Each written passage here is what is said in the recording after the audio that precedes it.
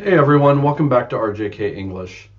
Today we're going to talk about arguing moral points. Okay, many of us have things that have happened to us, or people we love, or even to our country that we do not like. Okay, and when we argue that a wrong has been done, it is all right to say I don't like that this happened. It's better to point to universal principles. So for instance, let's say that someone hits me, okay? And I complain, this is not right. That person hit me. And I say, this is absolutely immoral. Justice needs to be done. Maybe I take them to court. But then I turn around and I start hitting someone else. And then that person complains. And I say, no, it's okay if I hit. It's not okay if someone else hits me. Right? What would that argument really look like? I would just be arguing opinion at that point.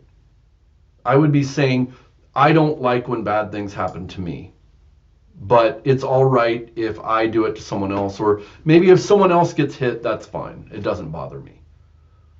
It's okay to do this, but other people will not take you very seriously. It's better to argue from a universal principle. Where can we get universal principles from? Sometimes we think we can get it from religion. My religion says this. The book that I follow says this.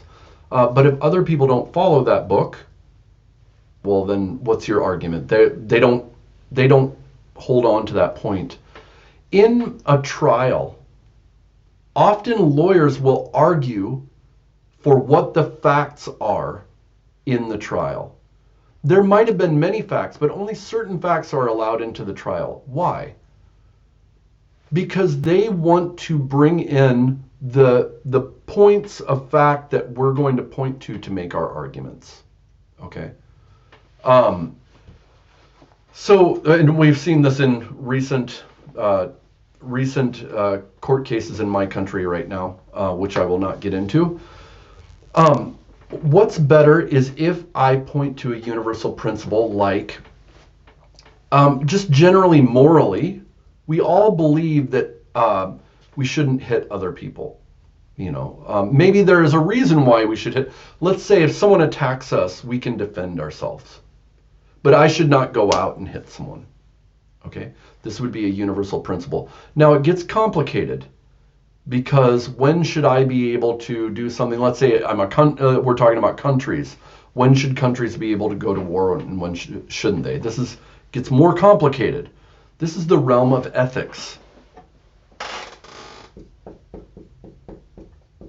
Ethics. Okay? But I can also point to things like, what about the Universal Declaration of Human Rights from the UN? I could point to that and say, but according to the Declaration of Human Rights, I should not be attacked. Okay? That could be. We'd have to look at the Declaration of Human Rights. But now, you have to be consistent. Consistent about this. You have to be consistent about the application of this rule.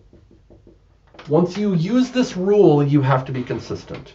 If you aren't, you are inconsistent, not consistent. So when I say, I don't like that I was hit, but I can go ahead and hit this person, you are not being consistent unless you prove somehow that you are so superior that you should not be attacked. Because you are so superior. I don't think you'll argue this, okay? You might be able to argue that in your own country where a lot of people agree, oh yes, we're the greatest in the whole world, But overall, other people won't take you very seriously, okay? So in my conversation with students, often they have what we call grievances or issues that they feel that their country or their people were treated unjustly. Well, it's good for us to talk about the universal principle. What is the universal principle that that was broken against them. And then what I would challenge them to say is, are there other people that have experienced this, and is it wrong if it happens to them or if it happens to that country? If you don't think it is, then I would say you're only caring about your own country, your own situation. And, I can listen. I feel for you. I empathize with you. But if you don't have universal principles, then I can't take your argument that seriously. Also, universal principles and ethics help us to take some of the politics out of our arguments. We're arguing about ethical principles in general. This helps us to argue across international borders about general principles. Then when we get into specific political situations, we have to argue around these principles. And if I then in my argument about politics say, no, it's fine if my country invades others, that's fine.